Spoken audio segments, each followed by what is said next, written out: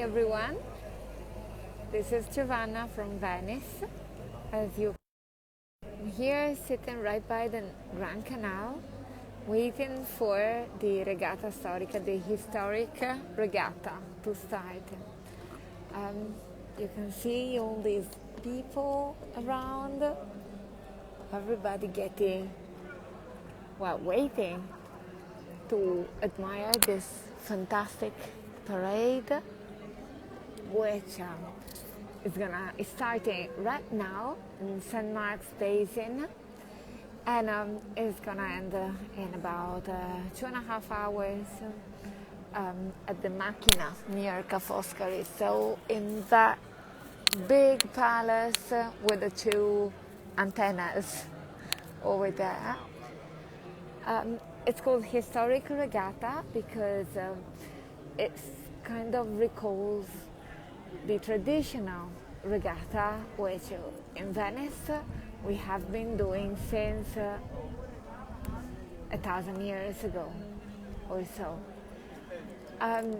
You see this wonderful boat right in front of us. All these guys chilling out and sitting and relaxing. Only 2 of them row. The other ones just have fun. And this lovely little guy rowing a la Valesana, so backward, he's sitting backward and rows with 2 oars. Well, these guys are not officially part of the regatta. They are just, part of the public.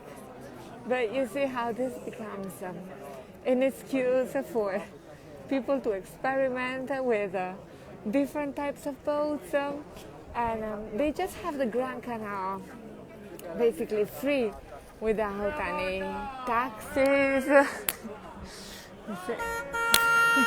There you go. I hope you can hear. That's the public sort of supporting the innovative boats which we see now and then.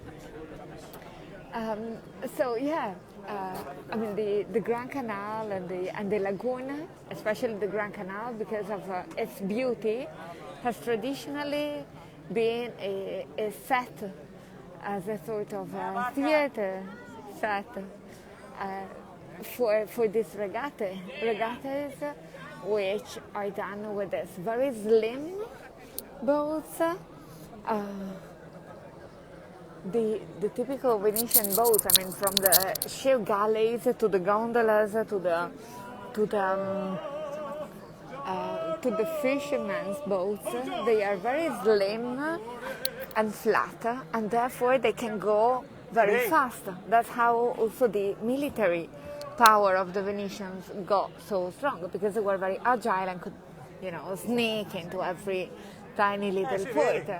So you just need to decorate these boats with a few lanterns or balloons or flowers, and they become very spectacular.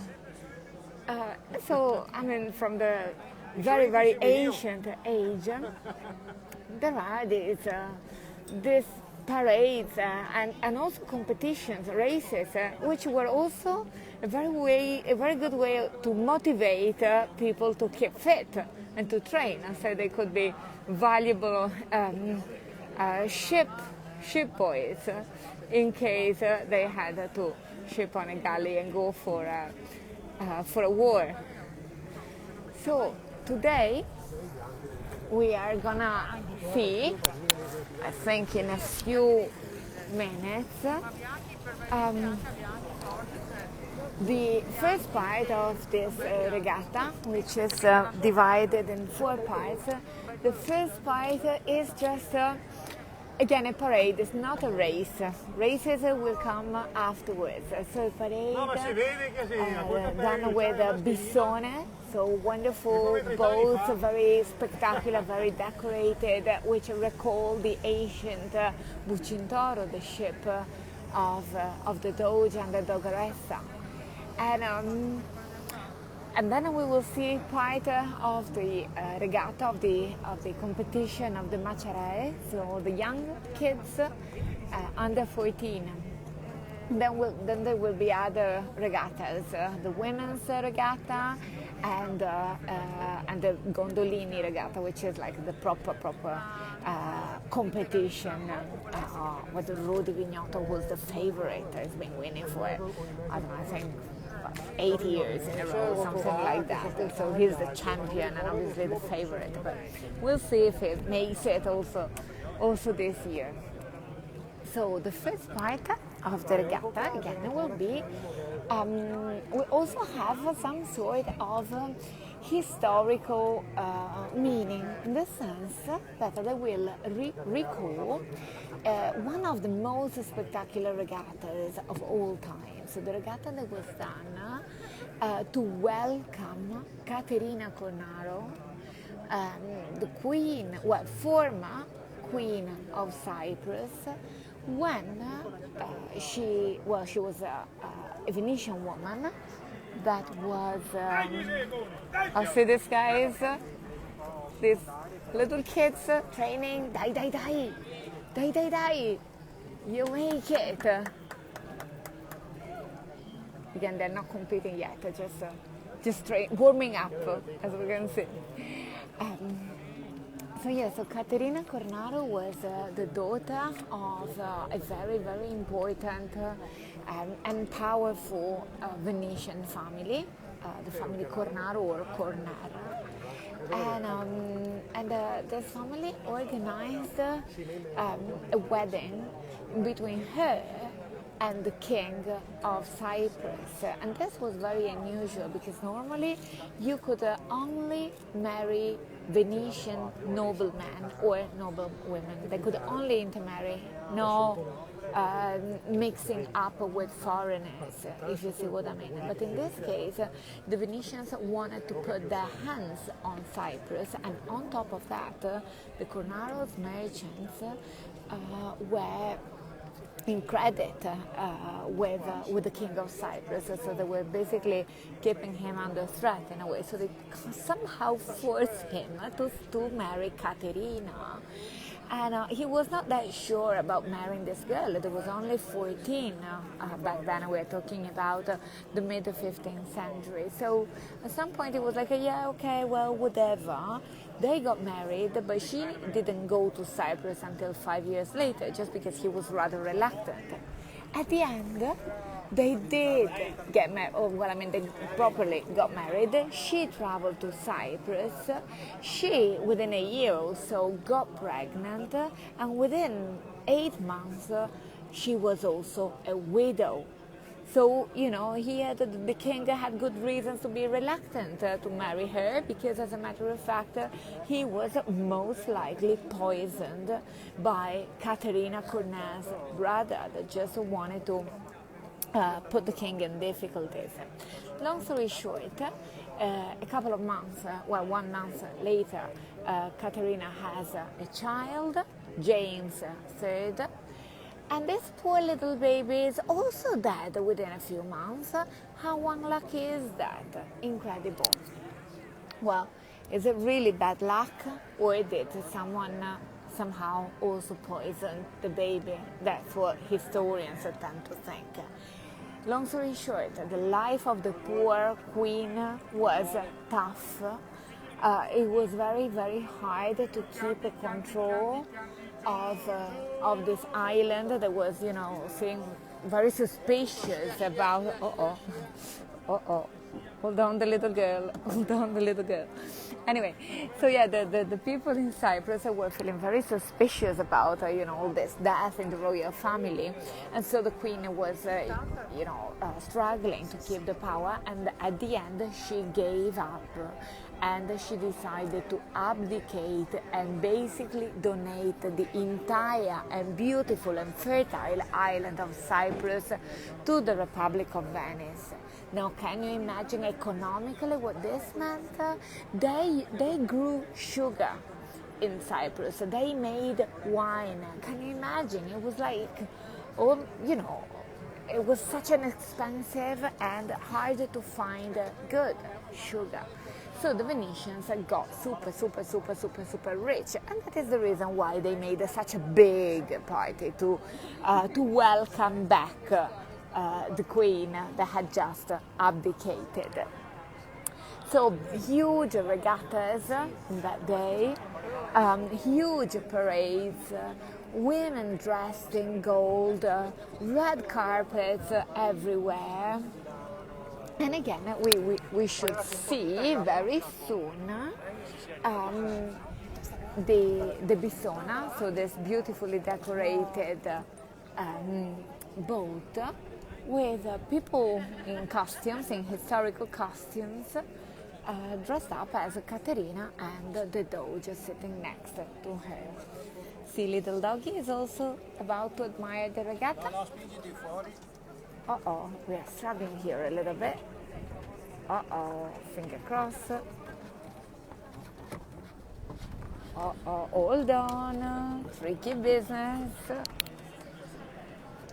Uh-oh. Okay, that is getting quite exciting. Let's see what's going on over there. No Bisonas yet. Uh-oh. These guys are gonna sit right in front of us. But no worries, we will be very cooperative. Anyway, look at the gondolas. We have plenty near us. And gondolas, you will see, they are rather similar to the boats which are going to compete in the race. Again, the gondola itself is the evolution of a fisherman boat. So slim and agile, and most importantly with a flat bottom, except the gondolas are 11 meters long. 11 meters long, so quite hard to row. The easiest boat to row is a Mascaretta, which is the one that will be used by the kids and by the ladies. And then there are, well, it's an evolution similar to Sandolo. And then we also have, how do you call it, Caorline, but we won't be seeing them because, the Caorline race is going to be later on in the afternoon. So, I'm sure that if you guys are into car races, and maybe you will also be into boat races, and you will be able to Google and watch this on streaming, like the entire regatta. Oh, there you go, they are coming.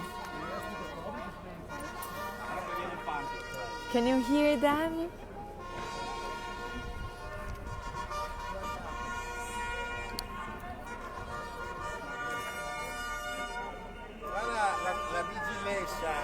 There you go. I hope you can hear them.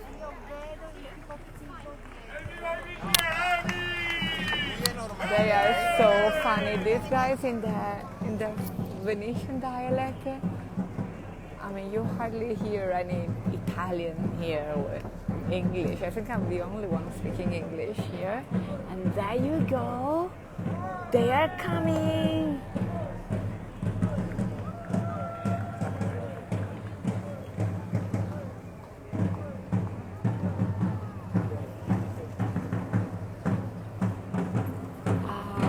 There you go.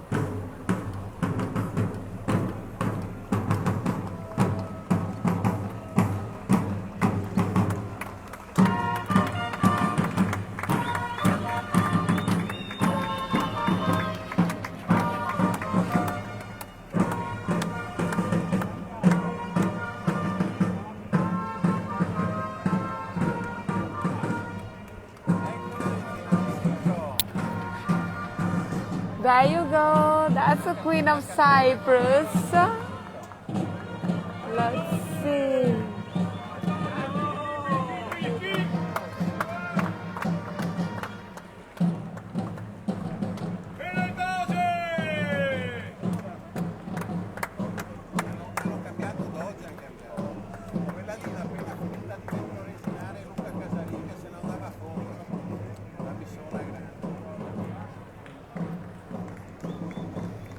These guys just said that the big Bisona at the very front was about to sink, so they had to quickly fix it before the regatta.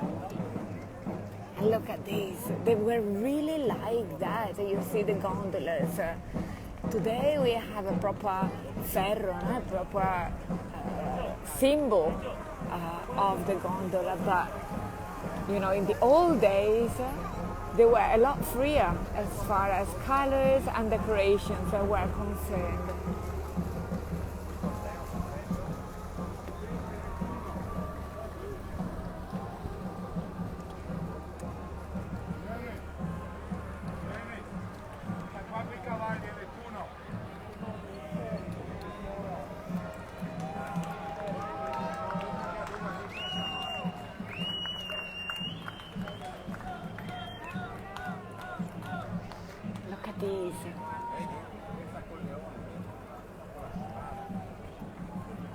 Look at the lion.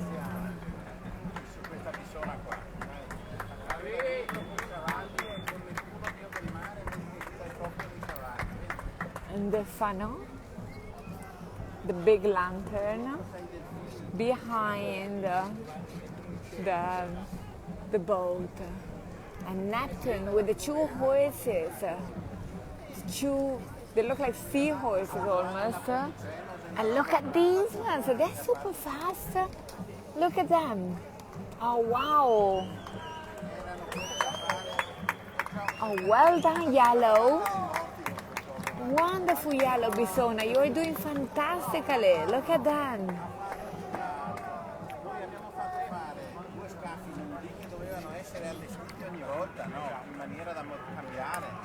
This guy near me is a boat builder, so he's saying all the tricks that they use to decorate the boats, so the boats are not permanently like that.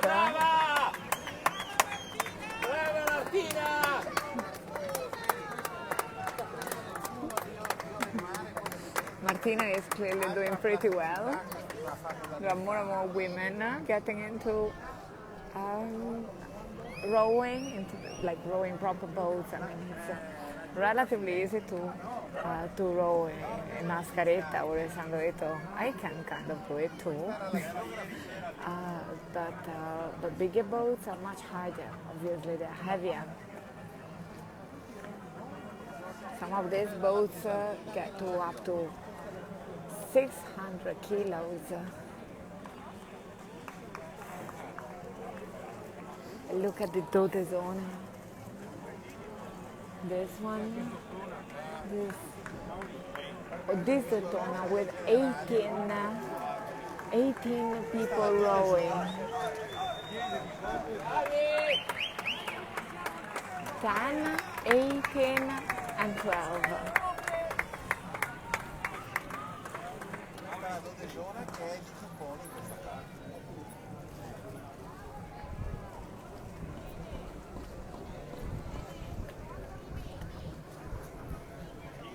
Now the Queen and the King will come back soon, just like all of the other ones, and so we'll be able to see their faces again. And actually, that's one point of view which one spot to watch the regatta, which I picked just because it's relatively shady and quiet, and I think it's cool to be in the middle, in spite of COVID, but like in the midst of the supporters and the crowd, and to see all these boats and family of the little kids. Look at them. But for example, if you were more in a competitive mood, a wonderful spot to watch the regatta would be the Rialto Bridge over there. So you see it from above, so you have a clear idea of who's winning the game. Or else some of the terraces of hotels, or even a big shopping center. So all of these boats belong to rowing societies, reniere, no?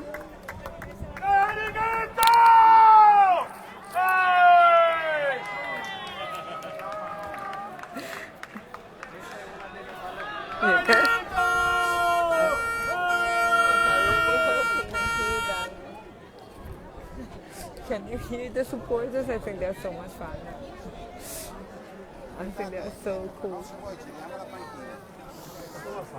Look at them, and it's funny, you see, because more often than not, visitors that are here, like in high season, and not necessarily in a COVID year, but like in a normal year. Oh no, there is a fight! Oh, there is a fight at the end, on the other side of the canal. Oh my goodness. Fun. Uh-oh. Can you hear? So funny. Oops, and a wasp. Anyway, so yeah, in many cases, people don't know that the regatta is on, so it's still pretty much playing for Venetians. Look at these ones with the fruit. I want to make you listen to the supporters. I'm going to unplug my microphone for a second. I want to make you listen to the crowd and all their noises. Oh no, they stop. This is also very cool. Look.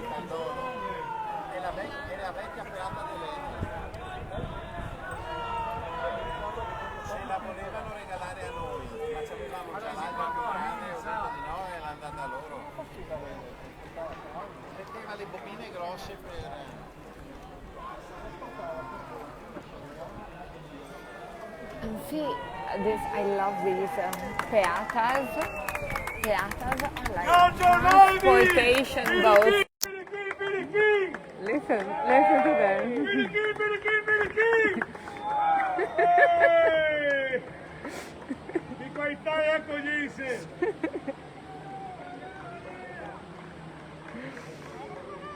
So funny. Really silly. They shout at each other, naughty, naughty, naughty. And the other says, oh, you are naughty. Like, I think. And that's the typical way of saying hello, the alzaremo. I remember my dad used to do it, and when he finished, he never did the regatta, he did the voga longa, which is less spectacular but much longer. And look at Arlequin and those guys, like in their masks. And the girls.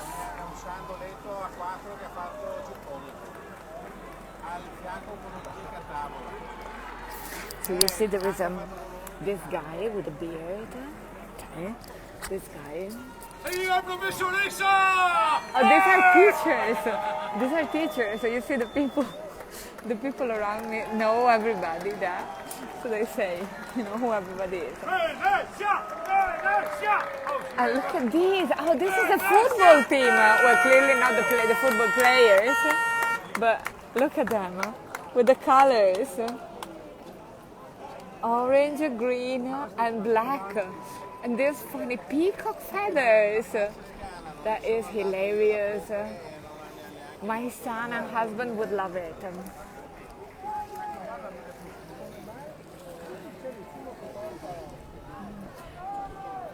So yeah, no, what was I gonna say? Yes, so the big boats like this one, not like a Caorlina or Peatas, like the very big boats that we saw earlier on. They would be boats used to transport fruit and vegetables as we saw, or fish, no? But you just need to decorate them and make them look funny and striking, and they become, again, part of the show. Look at the girls. Oh, the fuchsia girls. Little dragons. Uh-oh. The guys are doing better. Oh, come on, girls. You push harder. Come on. As a matter of fact, that boat is called the dragon boat. That's the reason why there is a dragon at the front. That's another girly boat. But the chief is a guy. That's not fair.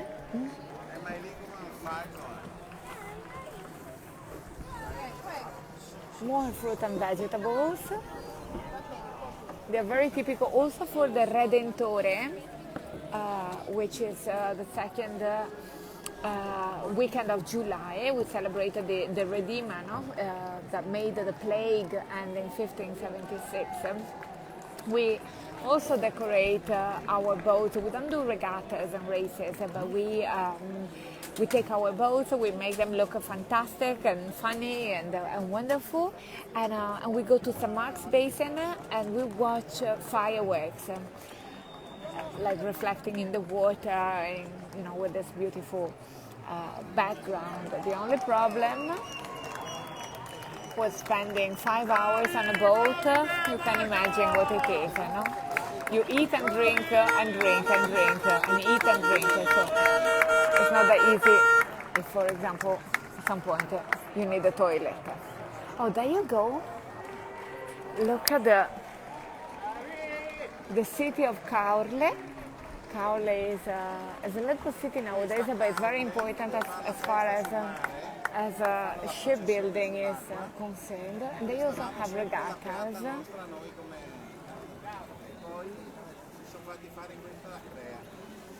And here they are. Okay, that's a Caorlona. So from Caorle, they used to have a Caorlina, like a much smaller, but they used to borrow boats from the city of Venice for the regatta. But now they decided to make an investment and have in Venice have their big Caorlona built. So I think it's about 20 people rowing that. Must be super, super, super heavy.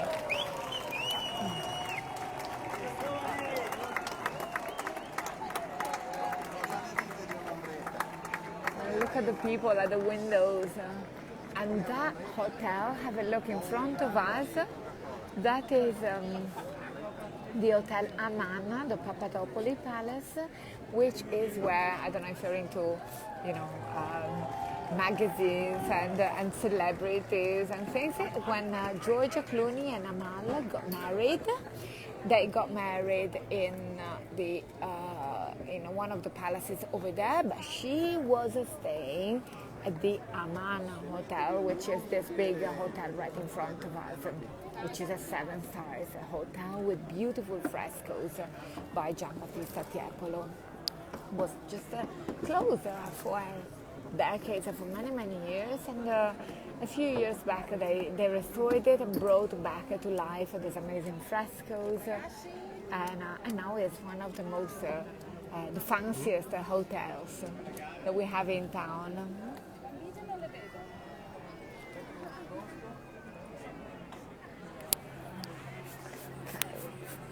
Have a look at the rest of the crowd. Let's see the comments. Let's have a look at the comments. Hello from Florida. Hello. Okay. If you have if you have to attend the church service, we forgive you. You can always watch it later. It will be recorded, I'm sure.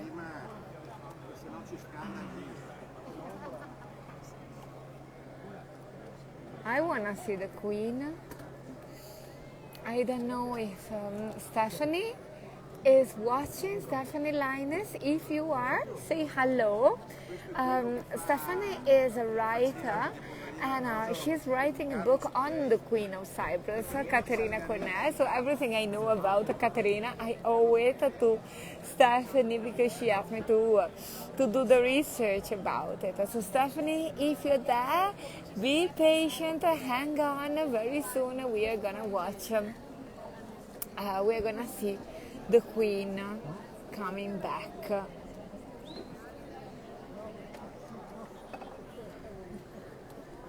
For now, very daring gondoliers. Earlier on, the police came and said, it's forbidden to cross the Grand Canal, and they said yes. Now they just forgot about it, but never mind. Not big deal.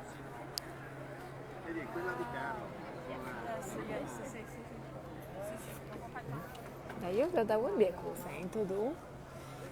Through eternity, people. Next year we grab a boat and you come and visit. And we watch the regatta from our little boat. Actually, there are many associations, not many, but a few, that organize,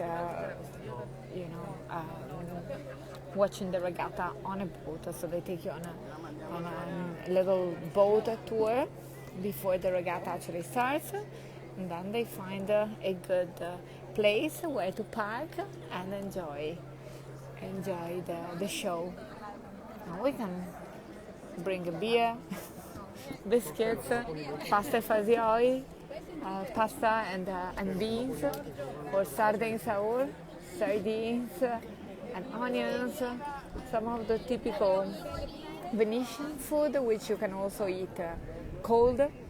It's more practical and a bit fancier than a simple sandwich.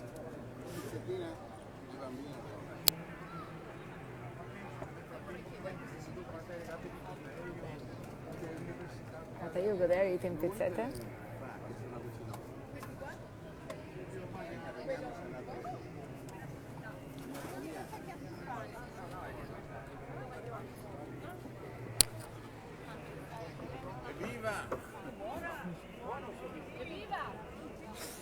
No, ma siete armati, vedo. Sì. Siete armati? Una foto con tutti quanti, che mi si veda. E questa lì che mi si veda. Vedi che non ti vedo. Okay, let's see now when they come back. So they basically, what they do, they go across all of the Grand Canal, and then now I'm gonna show you in a map so that you have a better idea of what is going on. Wait a minute, hold on. Have to be careful not to fall in the water. Okay, there you go. Okay, so here you see the Grand Canal, right? So we are basically more or less here where my finger is. So what the boats are doing is they start here and they go. I hope you can see, because I cannot see, there is the sun. Anyway, they start here in the basin in San Marco Square. They go,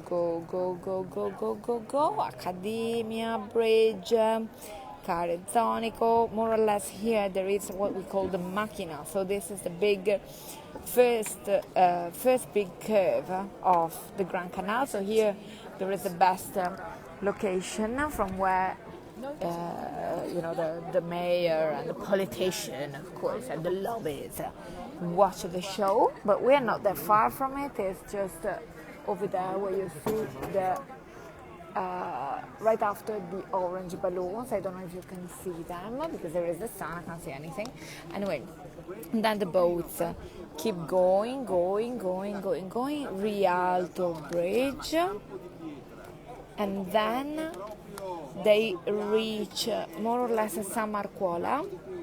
So here there is a paletto, like a wooden pole, and it's a turning point. So they turn around and then come back.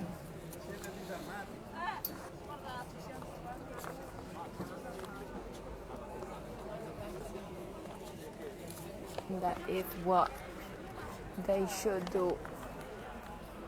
now unless they let the competition start, because now it should start in a minute. I should also start the competition of the kids, of the macharei and the skier. The name Macharea and skia means indicates like a little boats, a little like sardines, and skia is like a little tiny little prawn, very very fast, but tiny little microscopic, and that's the way we call the how to call them, the young champions. So theoretically at 4:30 they should start. Let's see.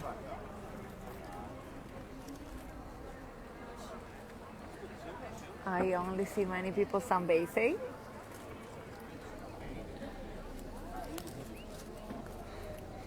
Actually today I'm very glad that I came here in this relatively quiet spot, because the city today was super busy. It hasn't been like that in a year, I think. So it's like if COVID never existed.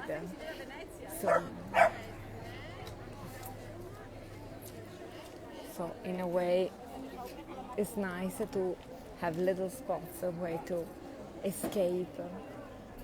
So hello New York City. Hello everyone.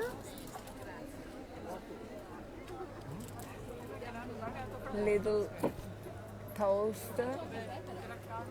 It's very funny. I really wonder how these guys can drink wine under the sun. I mean, it must be, I don't know, 35 Celsius today. It's super hot.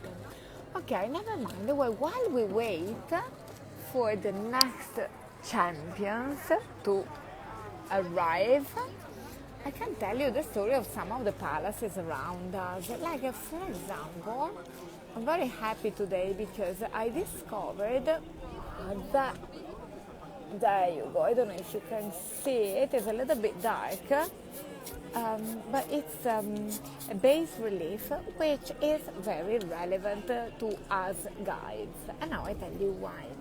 It's hard to recognize, it's hard to see, you know? And it's basically the symbol of a phoenix, you know, the mythological bird, the bird that died and was reborn from its own ashes. Very good, that is exactly that bird. And you probably heard of the theater La Fenice, no? Where La Traviata was played by Giuseppe Verdi, was played for the first time, and where Mariah Callas did some of her most striking performances. Well, the history of the theater is interesting, and also the name of the theater is interesting, because before building the theater, that was built, just 5 years before Napoleon took over Venice in 1797. Anyway, before that, there was the Royal Company of the Box Owners. There was a company, a group of people that owned a theater in San Benedetto. We are in San Benedetto now, okay? So we know, tour guides, we know that they own a palace where they had a theater. It was not so much for music, it was more for plays and theater and masks and commedia dell'arte and so on. Okay. Anyway, they owned this beautiful palace and they had a wonderful performances, except that at some point, for a legal issue, they lost everything they had. But they were very professional, but very proud and very stubborn guys. And they thought, you know what? We don't care. We have money. We are good. We are going to buy a huge land, okay, right in the center of the city. We are gonna knock down the houses, find a second house for people that live there. We're gonna open new canals. We are gonna adjust the area as we want it, as we need it to be, and we are going to build a much bigger and more beautiful theater, and we are going to call it the Phoenix, as the bird that's reborn from its own ashes. You see what I mean? As if they were immortal and reborn from their own ashes. Now, you probably heard that the Fenice, the name is it's almost a spell, because unfortunately, almost 50 years after the theater was built, the theater was also destroyed by a fire, a huge fire.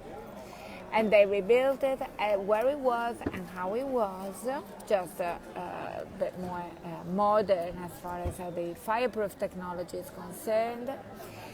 And after, I don't know, about a century later, in, 1989, I remember that night, it was 29th of January, there was another gigantic fire. I remember I was at school back then, and the Fenice was destroyed again and again, rebuilt as it was where it was. So basically here, that sign, that bas relief, is most likely the symbol of the palace, indicates the palace where the royal box owners had the first theater before they lost the legal issues and built the Fenice.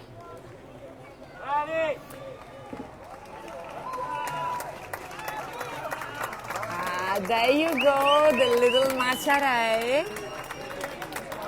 There you go. Die. Oh, number 5 is doing fantastically. Look at them. Oh, wow. Oh, these little kids, here they are. They are doing wonderfully. And look at this guy, he's kayaking. Die.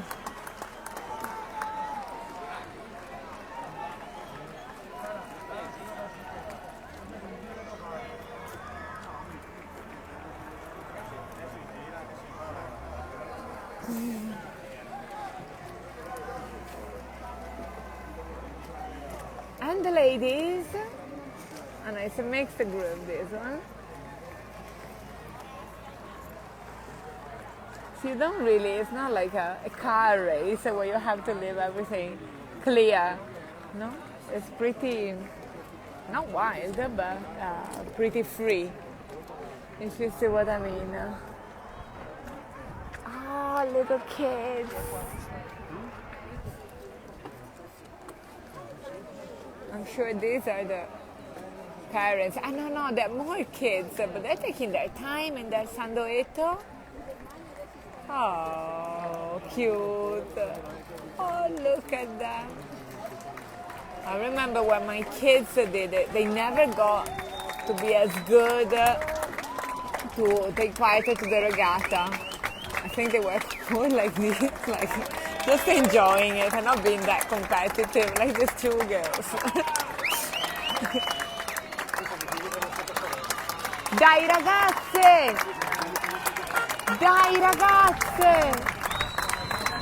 Oh, sweetie, they're from Canareggio. They are neighbors, probably. We are from Canareggio.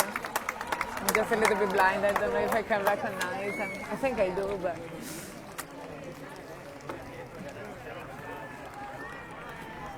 These ones are from Mira Oriago, is on the Brenta River, which is also, actually, if you have the the chance of coming to Venice, if you will travel to Venice in the near future, or even not that near, but the villas on the Brenta River in Mira and Oriago, they are fantastic.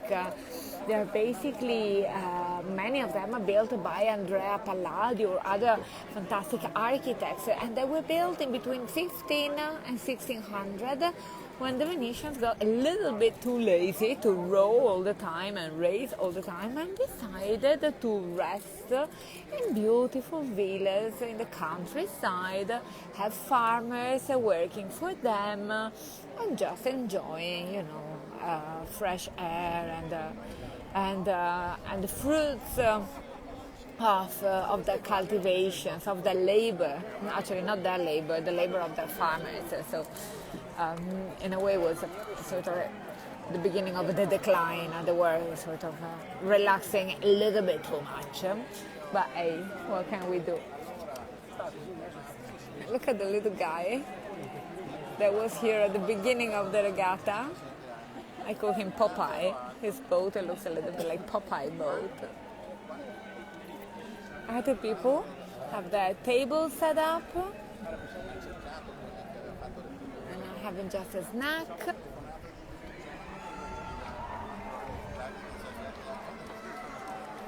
There you go. More macerai coming. Oh.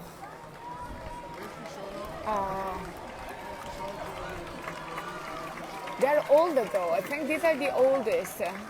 The elders, they must be 14. Macerai senior. Oh, Giudecca is doing pretty well. Come on, Giudecca. Come on, Giudecca. Dai. Apri in mezzo al canale, va che ti cammini più, vai in mezzo! Here, one of the supporters told them, go in the middle of the canal. There is a stronger stream, so you run more. Oh, these are the daughter. The one at the back is the daughter of this guy here, doing a little bit of gossip. That's why he's videoing. I got to hear all that before the race started. Look at these guys. Dai ragazzi, you are doing wonderfully. Dai. Can you hear it?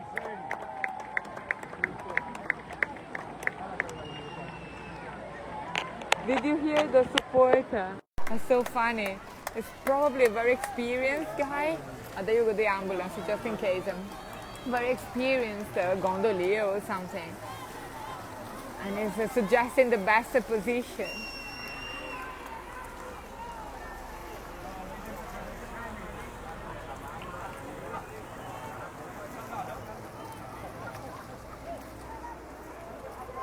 Oh, Pips, should I tell them off? But he's a boat builder. We cannot really gently use the paddle. No. Maybe I can move away. Look at this. Oh, look at Popeye. Oh, no, poor Popeye. Be careful. Careful, Popeye. Oh. Okay. Hop. There you go. There you go.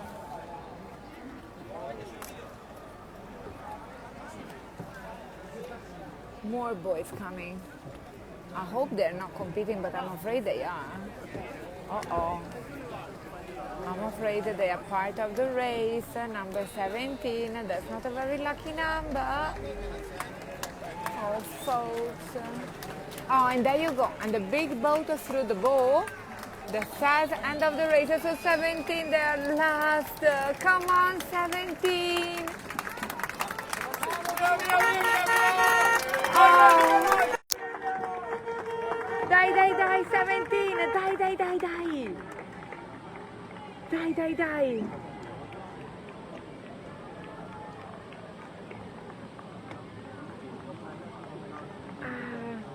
Hello, Canada. See, 17, I don't think they did it wonderfully, huh? Okay, so there you go. We have our parade coming back. Look at the Riniera and the gigantic Caorlona. and this must be my favorite. That must be the Gloria Rogliani vote. Oh, doggy, come on. Okay, Gloria Rogliani was a teacher. Oh, it's her. I love her. It's her. She was a teacher, the rowing teacher of my kids, and her husband was my teacher. Eccola lì, the blonde lady, she's a champion, she's a super champion, super feta, she's got, how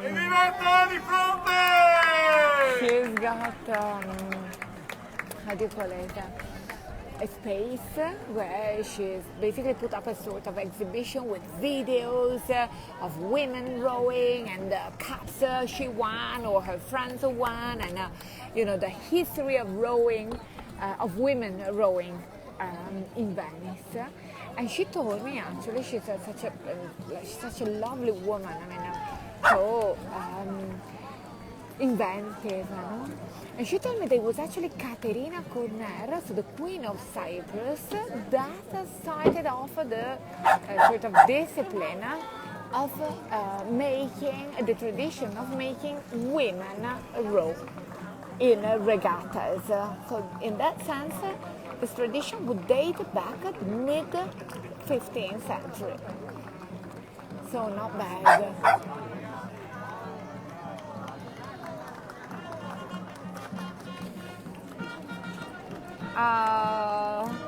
The Doge coming back. I'm gonna take off the microphone.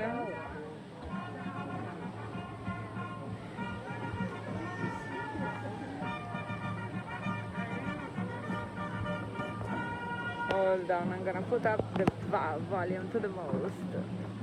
That is just so grand.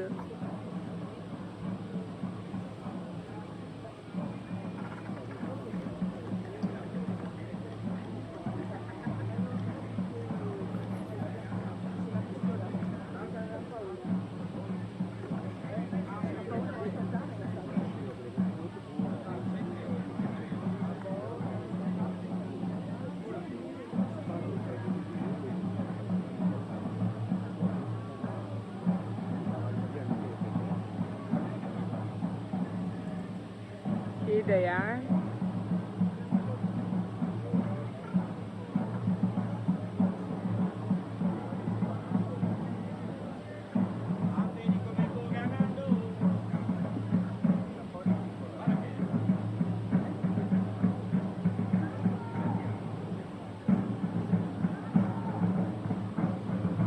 Uh-oh, lady. Uh-oh.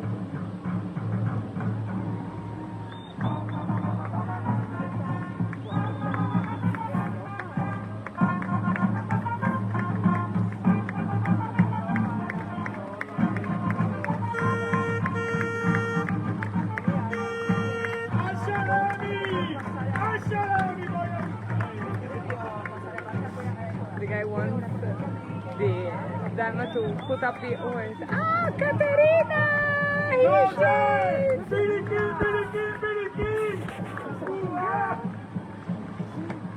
Caterina Cornell! My favorite!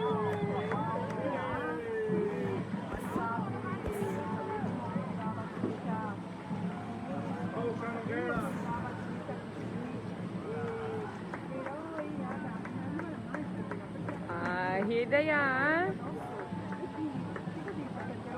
Here they are, Neptune and the gondolas, dressed up gondola. Oh yeah, over there in the orange boat, you can see how they put up the decorations. See? They're like dressed up gondolas. And the line, hold on lady, you fall down. And here we have St. Francis. Is it St. Francis, this one? Viva Barca della professoressa! Infatti quando chiede passare qua è prima che la sudare mi ha capitato come dal suo che faceva, cioè, qua ho visto che si era fatto They said hooray for the boat of the teacher. Must be a very sporty teacher. Here they are.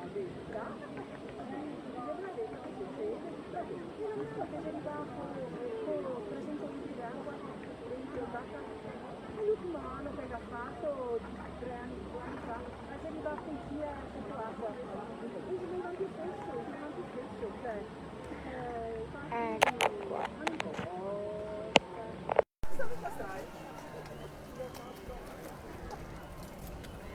There you go. We have the last boats of the parade, about to reach the end of that part of the tour. There you go. Again, they recall the Bucintoro, these bissone. They would be, historically they were made like this, and they would reach up a much bigger size, like it would be, the Bucintoro would be on 2 levels. Look at the dragon over there. Hello doggy. Ciao. You're so patient, little doggy. Uh-oh. Watch out, girls. I'm loving the COVID pilot. Look at her. They're the girls from the University of Padua. Oh, well done. Watch out, though.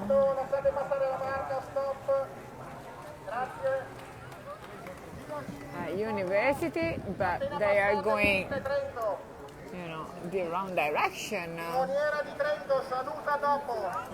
Lovely student.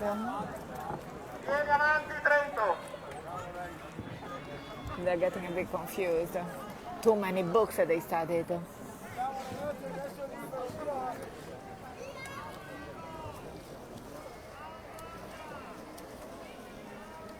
Look at these huge types of gondolas. Actually, when my husband and I got married, we had a gondola that had that sort of dolphin thing at the front. It was very similar to that boat, like it was wooden. Okay, everybody.